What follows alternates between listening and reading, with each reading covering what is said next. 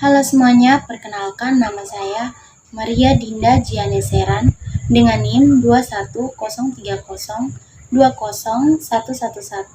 kelas 1C semester 1 Program Studi Administrasi Niaga Fakultas Ilmu Sosial dan Ilmu Politik Universitas Nusa Cendana tahun akademik 2021-2022. Video ini saya buat untuk memenuhi ujian akhir semester mata kuliah pengantar sosiologi. Tema yang akan saya bahas tentang sosiologi suatu pengantar by Serjono Soekanto. Baik, langsung saja kita masuk kepada pembahasannya. Definisi dari sosiologi merupakan suatu ilmu yang masih muda walau telah mengalami perkembangan yang cukup lama. Menurut Auguste Comte, seorang ahli filsafat Prancis, sosiologi merupakan ilmu pengetahuan kemasyarakatan umum yang merupakan hasil terakhir daripada perkembangan ilmu pengetahuan. Sosiologi jelas merupakan ilmu sosial yang objeknya adalah masyarakat. Sosiologi merupakan ilmu pengetahuan yang berdiri sendiri karena telah memenuhi segenap unsur-unsur ilmu pengetahuan yang ciri-ciri utamanya adalah yang pertama, sosiologi bersifat empiris. Yang kedua, sosiologi bersifat teoritis. Yang ketiga, sosiologi bersifat kumulatif. Yang keempat, sosiologi bersifat non-etis.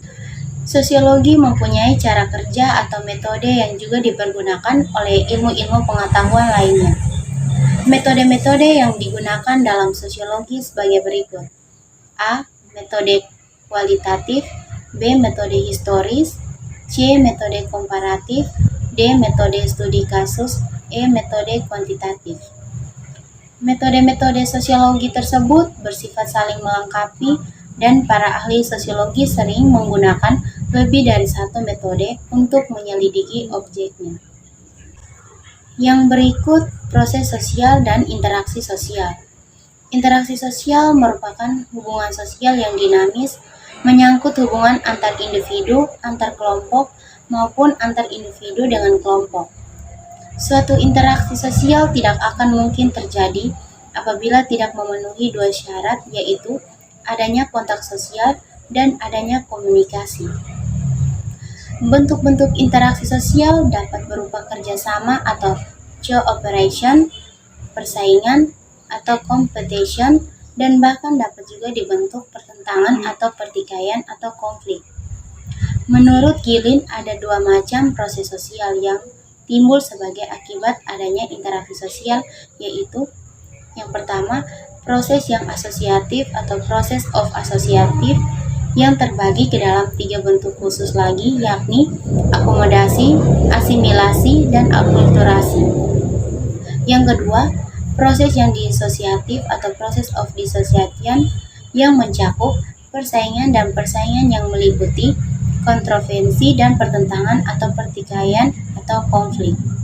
Kerjasama cooperation merupakan suatu usaha bersama antara orang perorangan atau kelompok manusia untuk mencapai satu atau beberapa tujuan bersama. Kerjasama timbul karena adanya orientasi para individu terhadap kelompoknya atau in-group dan kelompok lainnya atau out-group. Akomodasi atau accommodation merupakan suatu cara untuk menyelesaikan pertentangan tanpa menghancurkan fisik lawan, sehingga lawan tidak kehilangan kepribadiannya. Tujuan akomodasi berbeda-beda sesuai dengan situasi yang dihadapi, yaitu yang pertama, untuk mengurangi pertentangan antara orang perorangan atau kelompok-kelompok manusia sebagai akibat perbedaan paham. Yang kedua, mencegah meledaknya suatu pertentangan untuk sementara waktu. Yang ketiga, untuk memungkinkan terjadinya kerjasama antara kelompok sosial. Yang keempat, mengusahakan pelemburan antara kelompok-kelompok sosial yang terpisah. Fungsi-fungsi persaingan adalah sebagai berikut. Yang pertama, untuk menyalurkan keinginan-keinginan yang bersifat kompetitif. Yang kedua, sebagai jalan di mana keinginan, kepentingan, serta nilai-nilai yang pada suatu masa menjadi pusat perhatian tersalurkan dengan sebaik-baiknya. Yang ketiga, sebagai alat untuk menyaring warga golongan karya untuk mengadakan pembagian kerja. Yang keempat, sebagai alat untuk mengadakan seleksi atas dasar seks dan seleksi sosial. Intervensi atau contravention merupakan suatu bentuk proses sosial yang berada antara persaingan dan pertentangan atau pertikaian. Kontroversi mencakup 5 subproses, yaitu yang pertama, proses umum, yang kedua, bentuk yang sederhana, yang ketiga, bentuk yang intensif, yang keempat, yang bersifat rahasia, yang kelima, yang bersifat taktis.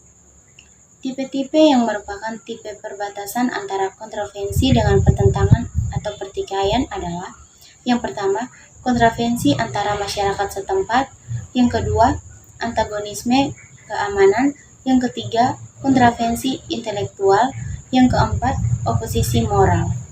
Yang berikut kelompok-kelompok sosial dan kehidupan masyarakat. Manusia pada dasarnya adalah makhluk sosial, memiliki naluri untuk hidup dengan orang lain. Naluri manusia untuk selalu hidup dengan orang lain disebut gregarious needs, sehingga manusia juga disebut sosial animal karena sejak dilahirkan sudah mempunyai hasrat atau keinginan pokok, yaitu yang pertama, keinginan untuk menjadi satu dengan manusia, satu dengan yang lainnya. Yang kedua, keinginan untuk menjadi satu dengan suasana alam sekelilingnya. Yang ketiga, pendekatan sosiologis terhadap kelompok-kelompok sosial. Kelompok sosial atau social group adalah himpunan atau kesatuan-kesatuan manusia yang hidup bersama oleh karena adanya hubungan antar mereka. Beberapa persyaratan kelompok sosial adalah: yang pertama, setiap anggota kelompok tersebut harus sadar bahwa dia merupakan sebagian dari kelompok yang bersangkutan. Yang kedua, adanya hubungan timbal balik antara anggota yang satu dengan anggota yang lainnya. Yang ketiga, terdapat suatu faktor yang dimiliki bersama oleh anggota-anggota kelompok itu sehingga hubungan antar mereka bertambah erat. Yang keempat, berstruktur, berkaidah, dan mempunyai pola perilaku.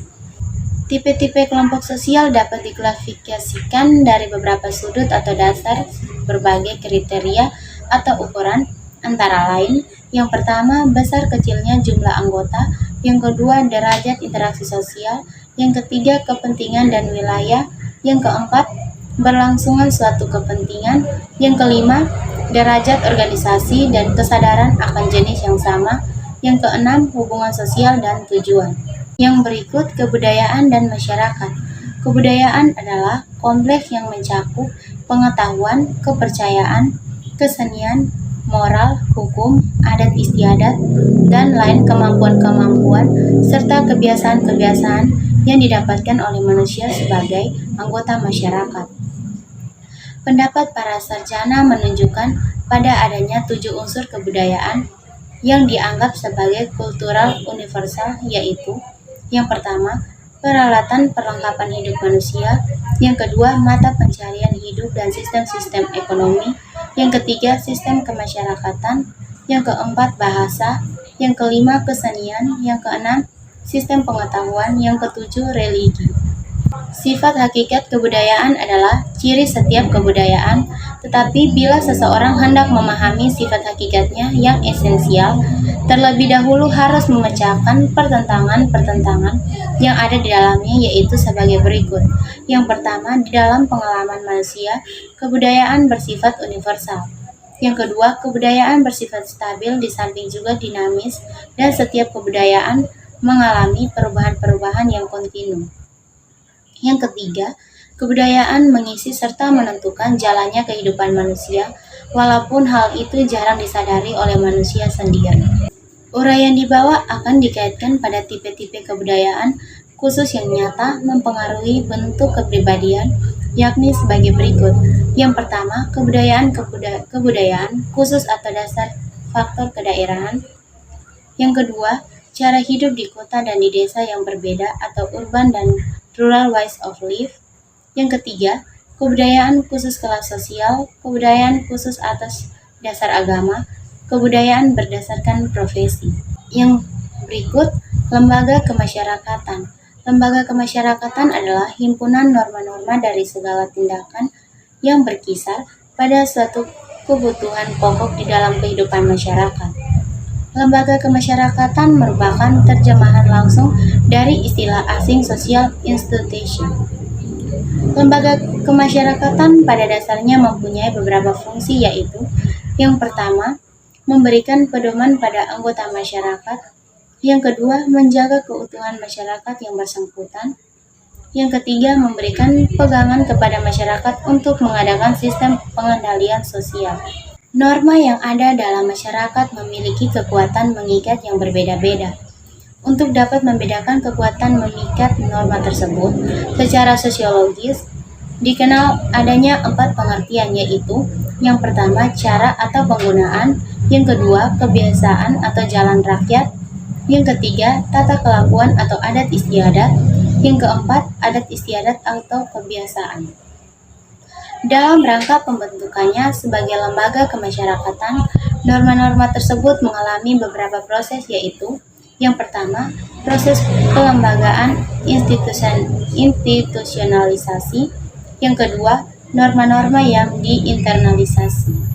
Pengendalian sosial dapat bersifat yang pertama, pencegahan merupakan suatu usaha pencegahan terhadap terjadinya gangguan-gangguan pada keserasian antara kepastian dengan keadilan. Yang kedua, represif merupakan usaha yang bertujuan untuk mengembalikan keserasian yang pernah mengalami gangguan. Menurut Gilin, lembaga kemasyarakatan mempunyai beberapa ciri umum, yaitu yang pertama, suatu lembaga kemasyarakatan adalah suatu organisasi pola-pola pemikiran dan pola-pola perilaku yang terwujud melalui aktivitas-aktivitas kemasyarakatan dan hasil-hasilnya. Yang kedua, suatu tingkat kekekalan tertentu merupakan ciri semua lembaga kemasyarakatan. Yang ketiga, mempunyai satu atau beberapa tujuan tertentu. Yang keempat, lembaga kemasyarakatan mempunyai alat-alat perlengkapan yang dipergunakan untuk mencapai tujuan lembaga yang bersangkutan. Yang kelima, lambang biasanya juga merupakan ciri khas lembaga kemasyarakatan. Yang keenam, suatu lembaga kemasyarakatan mempunyai suatu tradisi tertulis atau yang tidak tertulis. Dari sudut perkembangannya ada 2 tipe, yaitu yang pertama, kreatif institusi merupakan lembaga-lembaga yang secara tidak bekas tumbuh dari adat istiadat masyarakat. Yang kedua, ditetapkan institusi merupakan lembaga yang disengaja dibentuk untuk memenuhi tujuan tertentu. Dari sudut sistem nilai-nilai yang diterima masyarakat ada 2 tipe, yaitu yang pertama, dasar institusi dianggap sebagai lembaga kemasyarakatan yang sangat penting untuk memelihara dan mempertahankan tata tertib dalam masyarakat. Yang ketiga, anak perusahaan institusi dianggap kurang penting seperti kegiatan-kegiatan untuk rekreasi. Dari sudut penerimaan masyarakat terdapat 2 tipe, yaitu yang pertama, disetujui sosial. Disetujui institusi adalah lembaga-lembaga yang diterima masyarakat. Yang kedua, tanpa izin institusi merupakan lembaga-lembaga yang ditolak oleh masyarakat, walau masyarakat kadang-kadang tidak berhasil pemberantasannya. Dari sudut penyebarannya dibagi menjadi 2, yaitu yang pertama, umum institusi merupakan lembaga yang timbul karena dikenal oleh hampir semua masyarakat dunia. Yang kedua, terbatas institusi merupakan lembaga yang timbul karena dikenal oleh masyarakat-masyarakat tertentu di dunia. Dari sudut fungsi terdapat 2 tipe, yakni yang pertama, operatif institusi, lembaga yang berfungsi untuk menghimpun pola-pola atau tata cara yang diperlukan untuk mencapai tujuan lembaga yang bersangkutan. Yang kedua, regulatif institusi adalah lembaga yang bertujuan untuk mengawasi adat istiadat atau tata kelakuan yang tidak menjadi bagian mutlak lembaga itu sendiri. Yang berikut lapisan masyarakat atau stratifikasi sosial. Selama dalam satu masyarakat ada sesuatu yang dihargai, dan setiap masyarakat pasti mempunyai sesuatu yang dihargainya, maka barang sesuatu itu akan menjadi bibit yang dapat menumbuhkan adanya sistem lapisan dalam masyarakat itu. Sistem lapisan dalam masyarakat dalam sosiologi dikenal dengan istilah social stratification, yang merupakan pembedaan penduduk atau masyarakat ke dalam kelas-kelas secara bertingkat. Untuk meneliti terjadinya proses lapisan dalam masyarakat, pokok-pokoknya adalah yang pertama, sistem lapisan berpokok pada sistem pertentangan dalam masyarakat. Yang kedua, sistem lapisan dapat dianalisis dalam arti-arti sebagai berikut. A. Distribusi hak-hak istimewa yang objektif seperti misalnya penghasilan, kekayaan, keselamatan. B. Sistem pertentangan yang diciptakan oleh para warga masyarakat. C. Kriteria sistem pertentangan dapat berdasarkan kualitas pribadi, keanggotaan kelompok, kerabat tertentu, milik, wewenang, atau kekuasaan. D. Lambang-lambang kedudukan seperti tingkah laku hidup, cara berpakaian, perumahan, keanggotaan pada suatu organisasi. E. Mudah sukarnya bertukar kedudukan. F. Solidaritas di antara individu atau kelompok-kelompok sosial yang menduduki kedudukan yang sama dalam sistem sosial masyarakat. Hal yang mewujudkan unsur-unsur baku dalam teori sosiologi tentang sistem lapisan dalam masyarakat adalah: yang pertama, kedudukan status; yang kedua, peranan role. Menurut Chester I. Barnard, mobilitas sosial atau social mobility dibagi menjadi 4, yaitu: yang pertama, pengertian umum dan jenis-jenis gerakan sosial; yang kedua, tujuan penelitian gerak sosial; yang ketiga, beberapa prinsip umum gerak sosial yang vertikal; yang keempat, saluran gerak sosial vertikal. Yang berikut, kekuasaan, wewenang, dan kepemimpinan. Sosiologi mengakui kekuasaan sebagai unsur yang sangat penting dalam kehidupan masyarakat. Bedanya antara kekuasaan dan wewenang ialah bahwa setiap kemampuan untuk mempengaruhi pihak lain dapat dinamakan kekuasaan, sedangkan wewenang adalah kekuasaan yang pada seseorang atau sekelompok orang yang dapat pengakuan masyarakat. Kekuasaan adalah suatu kemampuan untuk mempengaruhi pihak lain menurut kehendak yang ada pada pemegang kekuasaan. Kekuasaan yang dapat dijumpai pada interaksi sosial antara manusia maupun antar kelompok mempunyai beberapa unsur pokok, yaitu: yang pertama, rasa takut; yang kedua, rasa cinta; yang ketiga, kepercayaan; yang keempat, pemujaan. Cara-cara atau usaha-usaha yang dapat dilakukan untuk mempertahankan kekuasaan antara lain: yang pertama, dengan jalan meninggalkan segenap peraturan lama; yang kedua, mengadakan sistem-sistem kepercayaan; yang ketiga, pelaksanaan administrasi dan birokrasi yang baik; yang keempat, mengadakan konsolidasi secara horizontal dan vertikal. Cara untuk memperkuat kedudukan penguasa dapat menempuh jalan sebagai berikut. Yang pertama, menguasai bidang-bidang kehidupan tertentu; yang kedua, penguasaan bidang-bidang kehidupan dalam masyarakat yang dilakukan dengan paksa dan kekerasan. Menurut Max Iver, ada 3 pola umum sistem lapisan kekuasaan atau piramida kekuasaan, yaitu: yang pertama, tipe kasta; yang kedua, tipe oligarkis; yang ketiga, tipe demokratis. Menurut Max Weber, wewenang terbagi menjadi 3 macam, yaitu: yang pertama, wewenang karismatik atau charismatic authority; yang kedua, wewenang tradisional atau traditional authority; yang ketiga, wewenang rasional atau legal atau rational legal authority. Yang berikut perubahan sosial dan kebudayaan. Setiap masyarakat selama hidupnya pasti mengalami perubahan. Perubahan bagi masyarakat yang bersangkutan maupun bagi orang luar yang menelaahnya dapat berupa perubahan-perubahan yang tidak menarik dalam arti kurang mencolok. Perubahan sosial adalah segala perubahan pada lembaga-lembaga kemasyarakatan di dalam suatu masyarakat yang mempengaruhi sistem sosialnya, termaksud di dalam nilai-nilai, sikap, dan pola perilaku di antara kelompok masyarakat. Kingsley Davis berpendapat bahwa perubahan sosial merupakan bagian dari perubahan kebudayaan. Perubahan sosial dan kebudayaan dapat dibedakan dalam beberapa bentuk, yaitu: yang pertama, perubahan lambat dan perubahan cepat; yang kedua, perubahan kecil dan perubahan besar; yang ketiga, perubahan yang dikehendaki atau intended change, atau perubahan yang direncanakan atau planned change; dan perubahan yang tidak dikehendaki atau unit change, atau perubahan yang tidak direncanakan unplanned change.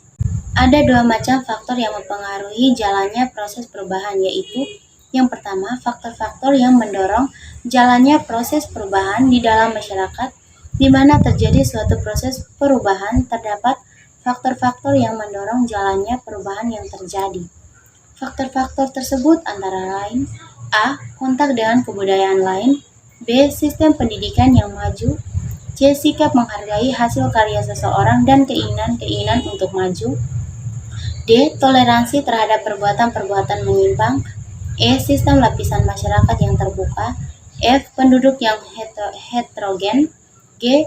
Ketidakpuasan masyarakat terhadap bidang-bidang kehidupan tertentu. H. Orientasi ke muka. I. Nilai meningkat taraf hidup. Dua faktor-faktor yang menghalangi terjadinya perubahan. Faktor-faktor yang menghambat terjadinya perubahan antara lain: yang pertama, kurangnya hubungan dengan masyarakat lainnya; yang kedua, perkembangan ilmu pengetahuan yang terlambat; yang ketiga, sikap masyarakat yang tradisionalitis; yang keempat, adanya kepentingan-kepentingan yang telah tertanam dengan kuat atau vested interest; yang kelima, rasa takut akan terjadinya kegoyahan pada integrasi kebudayaan; yang keenam, prasangka terhadap hal-hal yang baru atau asing; yang ketujuh, hambatan ideologis; yang kedelapan, kebiasaan; yang kesembilan, nilai pasrah. Proses-proses perubahan sosial dan kebudayaan dibagi menjadi tiga, yaitu yang pertama, penyesuaian masyarakat terhadap perubahan; yang kedua, saluran-saluran perubahan sosial dan kebudayaan; yang ketiga, disorganisasi atau disintegrasi; dan reorganisasi atau reintegrasi. Yang berikut, masalah sosial dan manfaat sosiologi. Masalah-masalah sosial menyangkut nilai-nilai sosial yang mencakup pula segi moral. Karena untuk dapat mengklasifikasikan suatu persoalan sebagai masalah sosial, harus digunakan penilaian sebagai pengukurannya. Masalah sosial timbul dari kekurangan-kekurangan dalam diri manusia atau kelompok sosial yang bersumber pada faktor-faktor ekonomis, biologis, biopsikologis, dan kebudayaan. Di dalam menentukan apakah suatu masalah merupakan masalah sosial atau tidak, sosiologi mempergunakan beberapa pokok persoalan sebagai ukuran, yaitu yang pertama, kriteria utama; yang kedua, sumber-sumber sosial masalah sosial; yang ketiga, pihak-pihak yang menetapkan apakah suatu kepincangan merupakan masalah sosial atau tidak; yang keempat, manifest social problems dan latent social problems; yang kelima, perhatian masyarakat dan masalah sosial. Beberapa masalah sosial yang penting adalah: yang pertama, kemiskinan; yang kedua, kejahatan; yang ketiga, disorganisasi keluarga; yang keempat, masalah generasi muda dalam masyarakat modern; yang kelima, perperangan; yang keenam, pelanggaran terhadap norma-norma masyarakat; yang ketujuh, masalah kependudukan; yang kedelapan, masalah lingkungan hidup; yang kesembilan, birokrasi. Menurut sosiologi, pemecahan atas masalah sosial dapat dilakukan dengan menggunakan metode-metode preventif dan represif. Menurut sosiologi juga, suatu perencanaan sosial harus didasarkan pada pengertian yang mendalam tentang bagaimana kebudayaan berkembang dari taraf yang rendah ke taraf yang modern dan kompleks. Perencanaan sosial haruslah didasarkan pada spekulasi atau idaman-idaman pada keadaan yang sempurna. Perencanaan dari sudut sosiologis merupakan alat untuk mendapatkan perkembangan sosial. Tokoh-tokoh yang mempengaruhi perkembangan ilmu sosiologi adalah: yang pertama, Auguste Comte; yang kedua, Herbert Spencer; yang ketiga, Émile Durkheim; yang keempat, Max Weber; yang kelima, Charles Horton Collie; yang keenam, Pierre Guillemette Frédéric Lefley; yang ketujuh, Ferdinand Tönnies; yang kedelapan, Leopold von Wies; yang kesembilan, Alfred Bierkamp; yang kesepuluh, Lester Frank Ward; yang ke-11, Vilfredo Pareto; yang ke-12, Georg Simmel; yang ke-13, William Graham Sumner; yang ke-14, Robert N. Sapard; yang ke-15, Karl Mannerheim. Manfaat penelitian sosiologis bagi pembangunan adalah: yang pertama, pengantar; yang kedua, cara melangsungkan pembangunan; yang ketiga, syarat yang diperlukan; yang keempat, tahap-tahap pembangunan; yang kelima, penelitian sosiologis; yang keenam, manfaat penelitian sosiologis bagi pembangunan. Yang berikut penutup. Beberapa sosiologi tertentu lebih banyak menaruh perhatian pada sumber-sumber dasar keutuhan masyarakat. Suatu pola pendekatan lain yang biasa disebut interaksionisme simbolis lebih menekankan pada proses, akan tetapi dengan menempatkan individu sebagai pusat perhatian pokok. Keterkaitan public speaking dengan sosiologi komunikasi adalah yang pertama pengantar. Public speaking atau berbicara kepada umum merupakan suatu kegiatan yang beretikan pada interaksi sosial. Yang kedua, khalayak yang dihadapi seorang public speaker akan menghadapi khalayak tertentu yang terdiri lebih dari satu orang. Yang ketiga, usaha agar khalayak menjadi pendengar yang aktif, kemampuan untuk mendengarkan pembicara orang dengan baik merupakan salah satu landasan bagi adanya pemahaman. Yang keempat, usaha untuk mempengaruhi khalayak, cara-cara dan tahap-tahap yang harus dilaksanakan untuk mempengaruhi khalayak agar tujuan-tujuan tertentu dapat dicapai sangat tergantung pada tujuan dan isi pesan yang ingin disampaikan.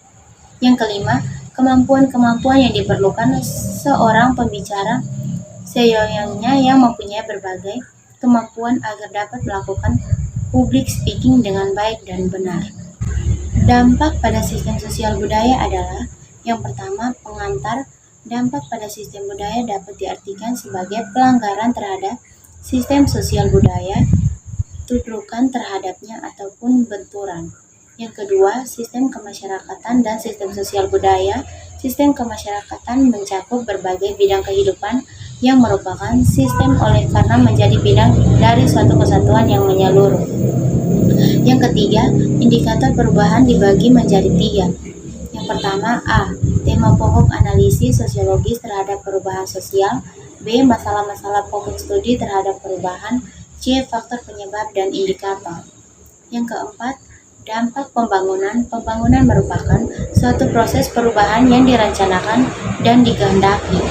Yang kelima, penanggulangan dampak pembangunan. Terhadap dampak pembangunan sangat penting karena para pelopor pembangunan maupun masyarakat yang sedang membangun menginginkan akibat-akibat yang positif dari pembangunan tersebut. Suatu tinjauan sosiologis berarti sorotan yang didasarkan pada hubungan antar manusia, hubungan antar kelompok, serta hubungan antar manusia dengan kelompok dalam proses kehidupan bermasyarakat. Di dalam proses interaksi yang melibatkan anak dan remaja, terjadi proses sosialisasi. Tinjauan sosiologis lebih memusatkan perhatian pada lingkungan, tanpa mengabaikan peranan pribadi yang tidak mustahil mempunyai pengaruh lebih besar. Lingkungan-lingkungan yang disoroti di dalam mempengaruhi tumbuhnya motivasi dan keberhasilan studi anak dan remaja adalah yang pertama, orang tua, saudara-saudara, dan kerabat dekat. Yang kedua, kelompok supermainan. Yang ketiga, kelompok pendidik atau sekolah. Sekian penjelasan dari saya mengenai sosiologi suatu pengantar by Surjono Swekanto. Saya ucapkan terima kasih.